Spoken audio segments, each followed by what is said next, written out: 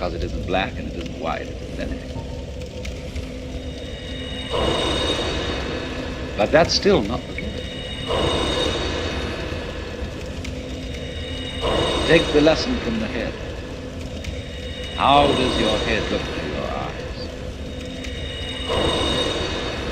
Well, I tell you, it looks like what you see out in front of you. Because all that you see out in front of you is how you feel inside your head. So it's the same with this.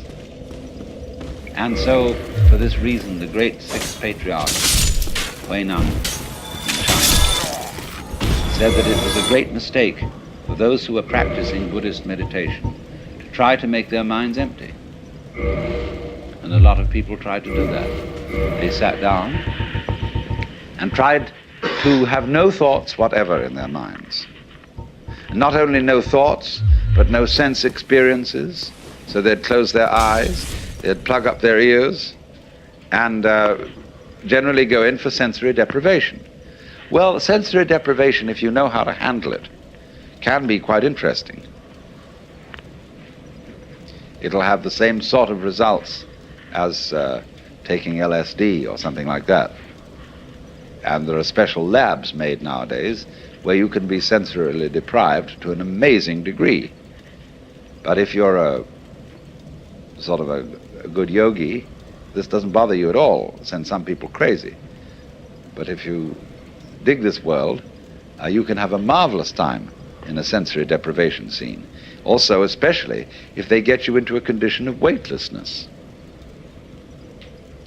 Skin divers going down below a certain number of feet, I don't know exactly how far it is, but get a sense of weightlessness. And at the same time, this deprives them of every sense of responsibility. They become alarmingly happy. And they have been known to simply take off their masks and offer them to a fish. And of course they then drown. So if you skin dive and you have to keep your eye on the time.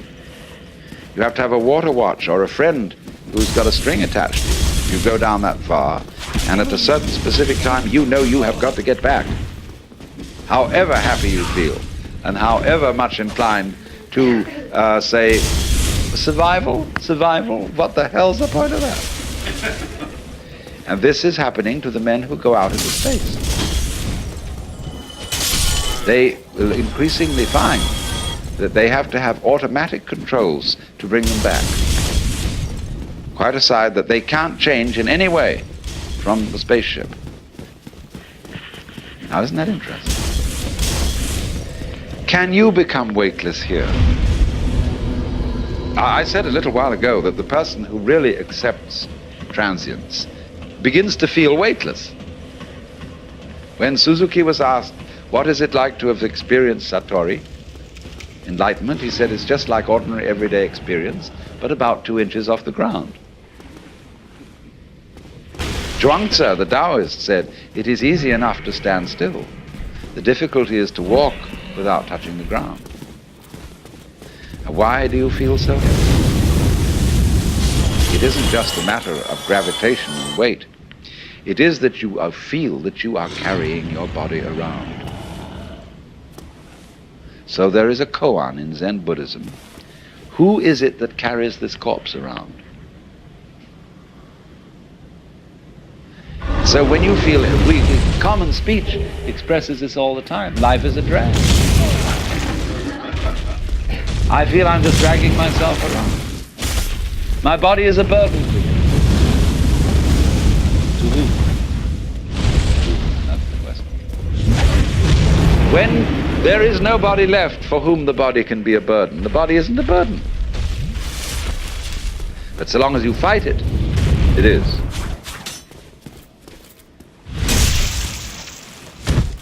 So then, when there is nobody left to resist the thing that we call change, which is simply another word for life, and when we dispel the illusion that we think our thoughts, instead of being just a stream of thoughts, and that we feel our feelings instead of being just feelings. It's like saying, you know, to feel the feelings is a redundant expression. It's like saying, actually, I hear sounds, for there are no sounds which are not heard. Hearing is sound. Seeing is sight. You don't see sights. Sightseeing is a ridiculous word. You could just say either sighting or seeing, one or the other, but sightseeing is nonsense. So we keep doubling our words, and this doubling is comparable to oscillation in an electrical system where there's too much feedback, where you remember in the old-fashioned telephone, where the receiver was separate from the mouthpiece, the transmitter. If you wanted to annoy someone who was abusing you on the telephone, you could make them listen to themselves by putting the receiver to the mouthpiece. But it actually didn't have that effect. It set up oscillation. It started to howl. It could be very, very hard on the ears. The same way, if you turn a television camera at the monitor, that is to say, the television set in the studio, the whole thing will start to jiggle. The visual picture will be of oscillation, like that. And the same thing happens here. When you get to think that you think your thoughts, the you standing aside the thoughts has the same sort of consequence as seeing double. And then you think, can I observe the thinker thinking the thoughts? Or, I am worried, and I ought not to worry, but because I can't stop worrying, I'm worried because I worry. And you see where that can lead to. It leads to exactly the same situation that happens in the telephone, and that is what we call anxiety, trembling. But this discipline that we're talking about of Nagarjuna's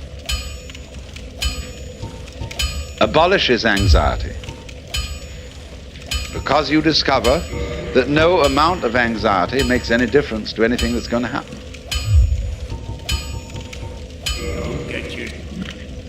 In other words, from the first standpoint, the worst is going to happen. You're all going to die. And don't just put it off in the back of your mind and say, I'll consider that later.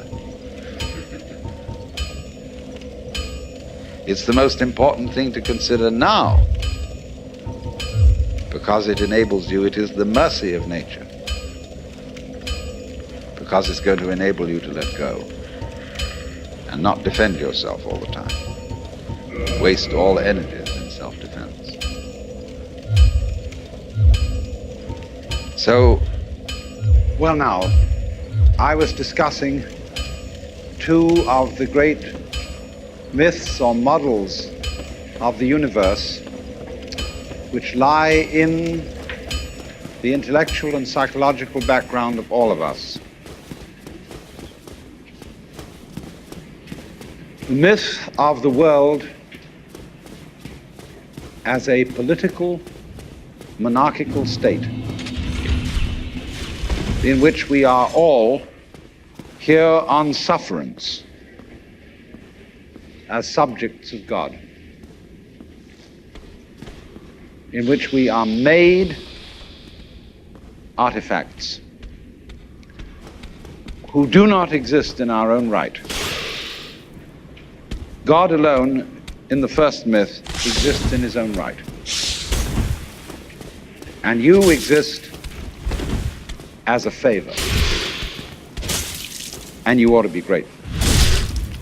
It's like your parents come on and say to you, maybe, look at all the things we've done for you, all the money we spent to send you to college, and you turn out to be a beatnik. and you're a wretched, ungrateful child. And you're supposed to say, sorry, but I really am. But you're definitely in the position of being on probation. So that idea of the royal God, the King of Kings and the Lord of Lords, which we inherit from the political structures of the Tigris-Euphrates cultures and from Egypt. The Pharaoh Amenhotep IV is probably, as Freud suggested, the original author of Moses monotheism. And certainly the Jewish law code comes from Hammurabi in Chaldea. And these men lived in a culture where the pyramid and the ziggurat is a Chaldean version of the pyramid, indicating somehow a hierarchy of power from the boss all the way down. And God, in this first myth that we've been discussing, the ceramic myth, is the boss. And the idea of God is that the universe is governed from above. But you see, this parallels and goes hand in hand with the idea that you govern your own body. That the ego, which lies somewhere between the ears and behind the eyes in the brain, is the governor of the body. And so we can't understand a system of order, a system of life in which there isn't a governor. O Lord, our governor, how excellent is thy name in all the world. But supposing, on the contrary, there could be a system which doesn't have a governor. That's what we are supposed to have in this society. We are supposed to be a democracy and a republic. And we are supposed to govern ourselves. And yet, as I said, it's so funny that Americans can be politically Republican. I don't mean Republican in the party sense. And yet, religious or monarchical. It's a real strange contradiction. So what is this universe? Is it a monarchy? Is it a republic? Is it a mechanism or an organism? Because you see, if it's a mechanism, either it's a mere mechanism, as in the fully automatic mode, or else it's the mechanism under the control of a driver, a mechanic. If it's not that, it's an organism. And an organism is a thing that governs itself. In your body, there is no boss. You can argue, for example, that the brain is a gadget evolved by the stomach in order to serve the stomach for the purposes of getting food. Or you can argue that the stomach is a gadget evolved by the brain to feed it, to keep it alive. Whose game is this? Is it the brain's game or the stomach's game? It doesn't make, actually, they're mutual. The brain implies the stomach implies the brain, and neither of them is the boss. You know that story about all the limbs of the body? It said, the hands said we do all our work, the feet said we do our work, the mouth said we do all the chewing, and here's this lazy stomach who just gets it all and doesn't do a thing. He doesn't do any work, so let's go on strike. And the hands refused to carry, the feet refused to walk, the mouth refused to chew, and said, now, we're on strike against the stomach. But after a while, all of them found themselves getting weaker and weaker and weaker and weaker because they didn't recognize that the stomach fed them. So there is the possibility then that we are not in the kind of system that these two myths delineate, that we are not living in a world where we ourselves, in the deepest sense of self, are outside reality and somehow in a position that we have to bow down to it and say, as a great favor, please preserve us in existence. Nor are we in a system which is merely mechanical and in which we are nothing but flukes trapped in the electrical wiring of a nervous system which is fundamentally rather inefficiently arranged. What's the alternative? Well, let's say we take as the basic supposition, which is the thing that one sees in the experience of Satori or awakening or whatever you want to call it, that this now moment in which I'm talking, you're listening, is eternity. That although we have somehow conned ourselves into the notion that this moment is rather ordinary and that we may not feel very well and that we're sort of vaguely frustrated and worried and so on, and that it ought to be changed. This is it. So you don't need to do anything at all. But the difficulty about explaining that is that you mustn't try not to do anything, because that's doing something. And how to explain that? Because there's nothing to explain. It's the way it is now. See? And if you understand that, it will automatically wake you up. That's why Zen teachers use shock treatment to sometimes why they hit people or shout at them or create a sudden surprise. Because it is that jolt that suddenly brings you here. See, there's no road to here, because you're already there. And if you ask me, how am I going to get here?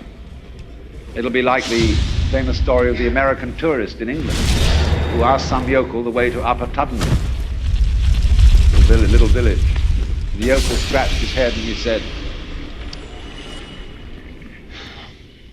"Well, sir, I do know where it is, but if I were you, I wouldn't start from here."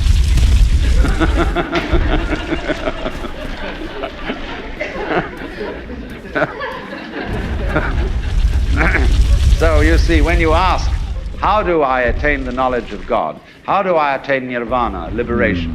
All I can say is it's the wrong question. Oh, forgive me. Why do you want to attain it? I am Because the very fact that you're wanting to attain it is the only thing that prevents you from getting there. Back up against the wall for a ball, to be precise.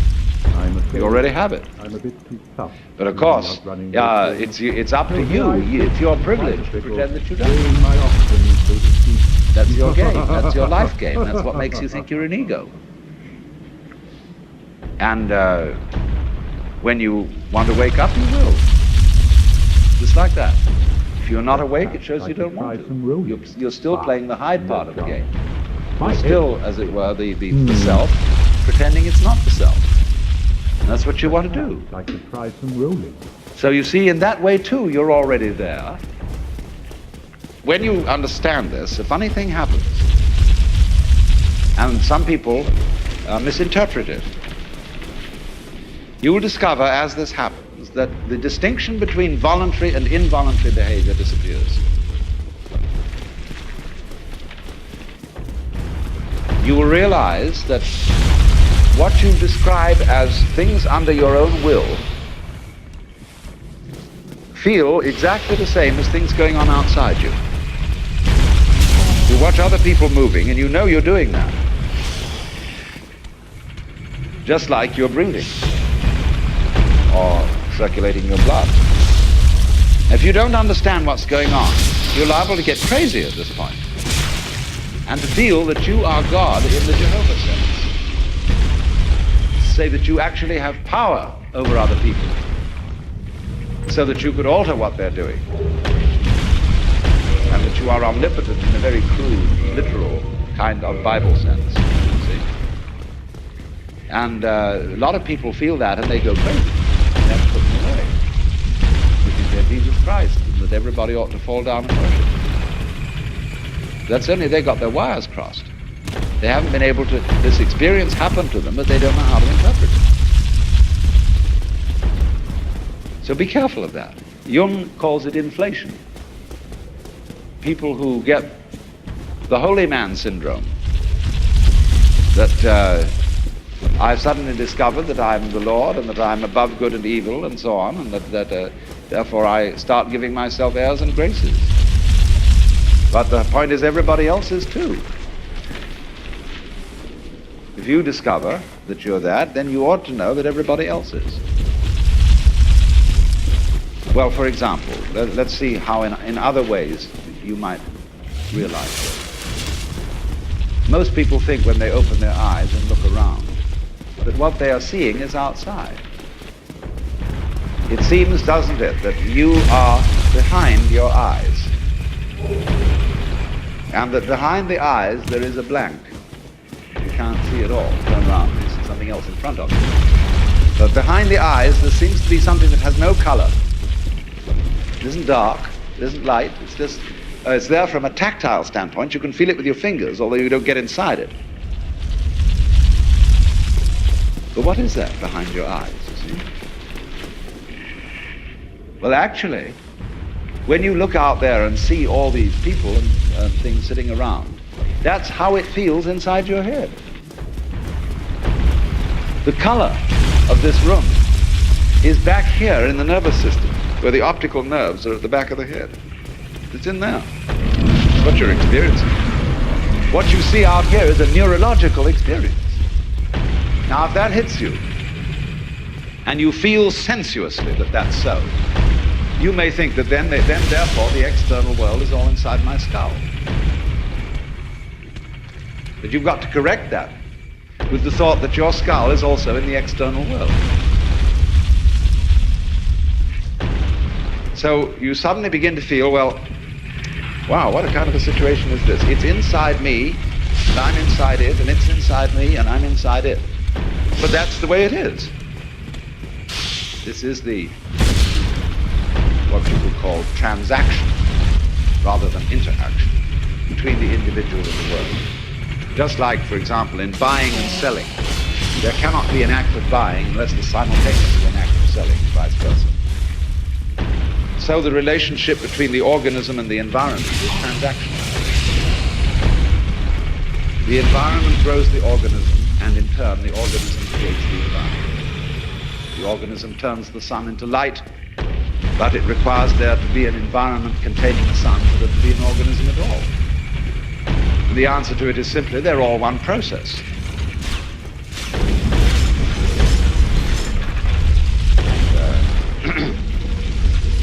It isn't that organisms by chance came into this world. Put it rather that this world is the sort of environment which grows organisms. It was that way from the beginning. Just in the same way, the organisms may in time have arrived in the scene or out of the scene later than the beginning of the scene. But from the moment it went bang in the beginning, that's the way it started. Organisms like us sitting here, were involved. You see, look here, let's take the propagation of an electric current. I can have an electric current running through a wire that goes all the way around the Earth. And here we have our power source. Here we have a switch. All right. Here's the positive pole. Here's the negative pole. Now,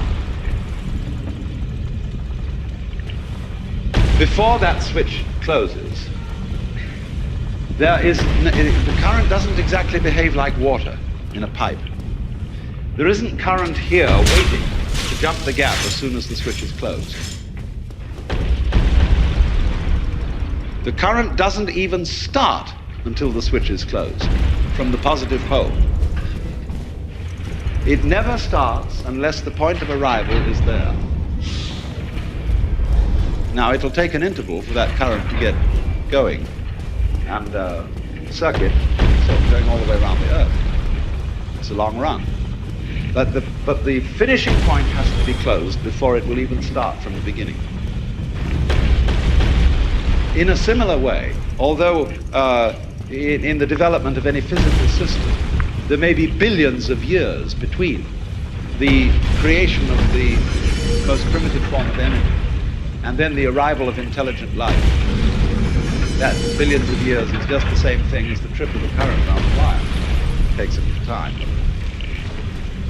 But it's already implied. It takes time for an acorn to turn into an oak. But the oak is already implied in the acorn. So in any lump of rock floating about in space, there is implicit human intelligence. Somehow, somewhere. They all go together. So don't differentiate yourself and stand off against this and say, I am a living organism in a world made of a lot of dead junk, rocks and stuff. It all goes together. Those rocks are just as much you as your fingernails. You need rocks. What are you going to stand on? Duality is always secretly unity. Take the contrast between the words we use, explicit and implicit. They're very valuable words. What is explicit? What's on the outside? Let's say how we come on publicly. Explicitly, we are thus and so. We have a fight. We're in competition, say, in business, explicitly. But implicitly, we've worked this out, that we've agreed in a secret way that nobody knows about, that this competition is extremely valuable to both of us. Take it politically, for example. Let's take the situation of Russia versus the United States. Explicitly, in public, this has to be a big fight. These two ways of life, these two ideologies are opposed. They say, we're... But behind the scenes, it's all been carefully worked out. You bet it has. That this opposition has to happen. Because our economy depends on it. And their economy depends on it. And everybody knows this who's smart. But there are a lot of people who get taken in by the propaganda, and they should be taken in, because that makes them think about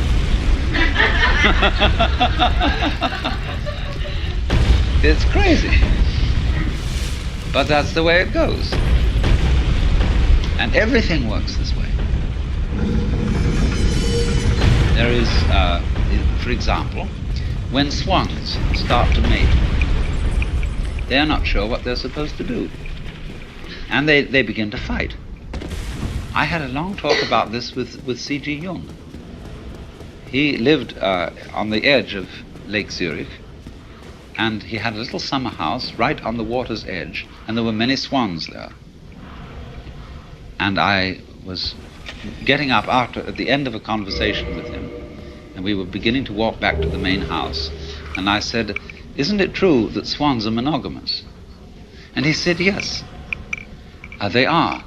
He said, do you know, I have had most interesting relationships between these swans and many of my female patients who thought they were homosexual. I mean, Jung wasn't a sexual snob. I mean, he understood all the legitimacy of all kinds of sexual variations. But he said it has been a point of departure for our discussions. He said it's a very funny thing that when they begin to mate, they start fighting. And they don't know what it's all about, and then suddenly the fight turns into lovemaking. This place is melting my mind. So that's what I mean. Underneath opposition, there is love. Underneath duality, there's unity. That Tweedledum and Tweedledee agreed to have a battle. Oh, heavens. Thank you. I'm saved. And I so, resume my travels. But I must log you see, here's that weaving principle. The things hold together by over, under, over, under, so over, that over, I may under. impart my sorcery. And that creates a stuff. It creates a fabric. It creates clothing. It creates shelter. It creates what we call matter. Matter. Mata. Mother. And also the same word, Maya. Illusion. See, the world as a marvelous illusion. Now we've got to go into this. Look at another form of the thing. You can play it not only by two as one, but you can play it by three as one. You know the trademark for Ballantine's Ale, which is 3 interlocked rings. Now the way these rings are interlocked is such that they are joined only if the 3 of them are present. If you take one away, the other 2 fall apart. This is a very interesting phenomenon, but it can be created physically with steel rings. Their cohesion depends on all 3 of them being present.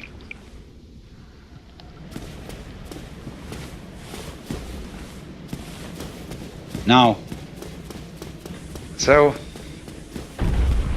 what I'm saying is, I think this. I'm trying to share with you a certain style of life and an attitude to life and an insight. So I've taken you on one side and said, listen kids, things aren't what they seem. Don't be fooled. There's a big deception going on, and you're involved in it, but I just thought you ought to know it and enjoy it. See? I'm terribly puzzled about the way people go out of their way to disenjoy themselves. They take so much trouble about it. Did you ever read H.L. Mencken's essay called A Libido for the Ugly? It describes the Pennsylvania mining town, which isn't exactly totally impoverished. I mean, they can build things and they have enough money to do this, that, and the other. But he describes how they made a church out of yellow stone that's so awful that it looks like a Presbyterian with a grin. And all around you have only to look and you see this perfect passion for making the world look grisly. And it isn't only job builders and garage owners who do this kind of thing. It's also people who profess to be painters. They're actually using excrements for painting in Paris today, on the theory that the world is shot to pieces. Since the artist is a representative of his times, he ought to show the times as they really are, as a social critic. So he makes the most weird. I mean, he paints Campbell's soup cans. And then he makes music that shrieks and screams. He just goes out of his way to make it sound as ugly as he possibly can manage. And the ingenuity is about that is endless. Because that is the times, it's critical, see? Instead of being somebody who reveals. Now you see, let's take you the sort of the character of the Pied Piper. The person who brings you an invitation to dance. I say then, you see, there is going to be a dance this evening, and I would like you all to come, you know. That's the spirit in which I invite you to a seminar. I'm not inviting you in the spirit of saying, no, we're going to have to discuss some very grave matters, and you ought to be awake to all these things and arouse your social conscience, and so on and so forth, because when you get through with all that, then what? When you get through with feeding the hungry and clothing the naked, and we are making great strides with automation and technology in abolishing poverty totally, then what are we going to do? Well, you see, if you've got all these people clothed and fed and so on, then they say, well, now what next? If you've got a kind of Quakerish state of mind, you don't know what to do. Well, feed and clothe somebody else, see? get busy. But then, where is that leading? So you see, to spread joy, you have to have it. To impart delight, you have to be more or less delightful. And to be delightful is not some factor of trying to make yourself look delightful. It is to do things that are delightful to you. You become thereby delightful to others. That's to say, people who are interesting are people who are interested. Any person, for example, who is constantly thinking about all sorts of other things and other people and so on, because they're fascinating, becomes a fascinating person. But a person who doesn't think about anybody else and who's got very little going on inside their skull is boring. So in other words, your engagement with the external world, the more you are involved, the more your personality is enriched. But if you try to enrich your personality by taking a course in how to win friends and influence people, or how to be a real person, you become Mr. Washout.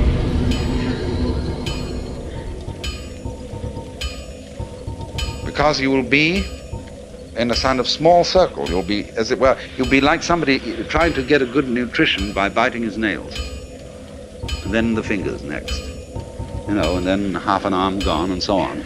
And you're entirely nourishing yourself with yourself. Now, of course, on a vast scale, the universe does that.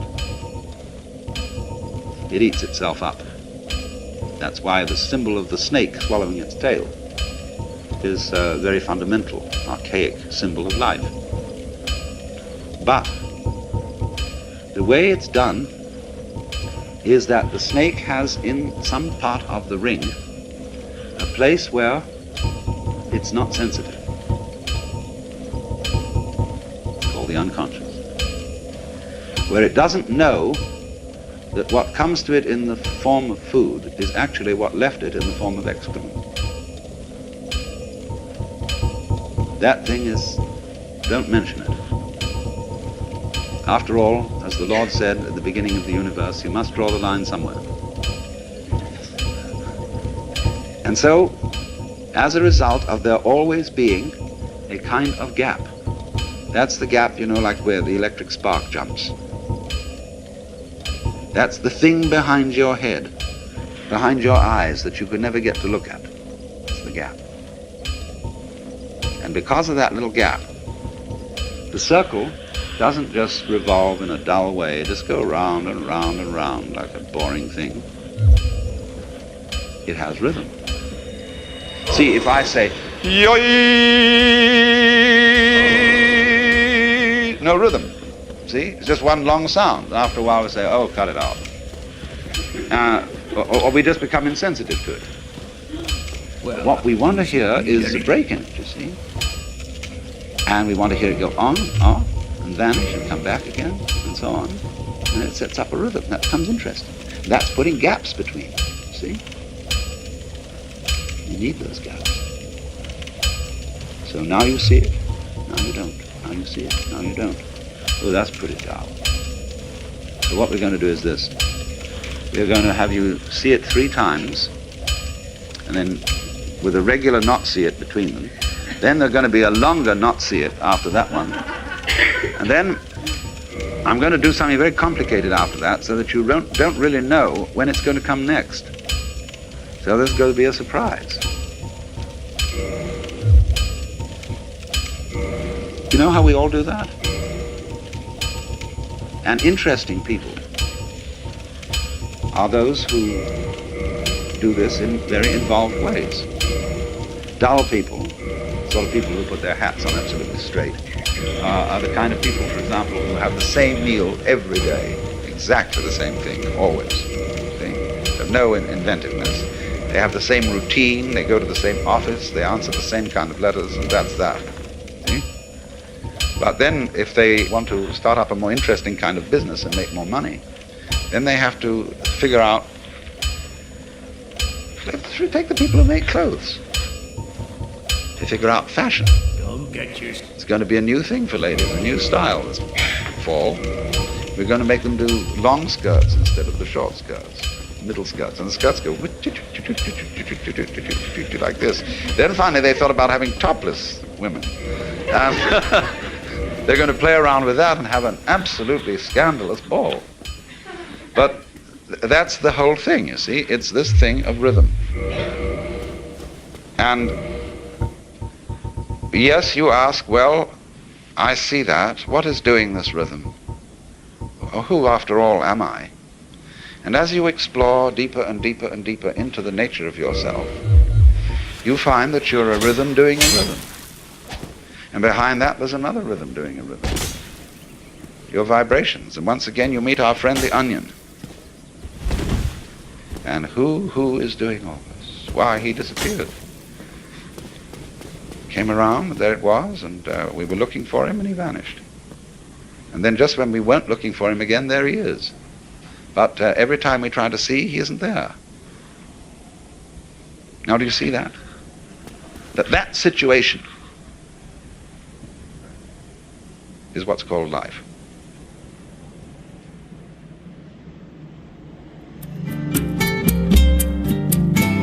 This concludes session 4 of Out of Your Mind, Essential Listening from the Alan Watts audio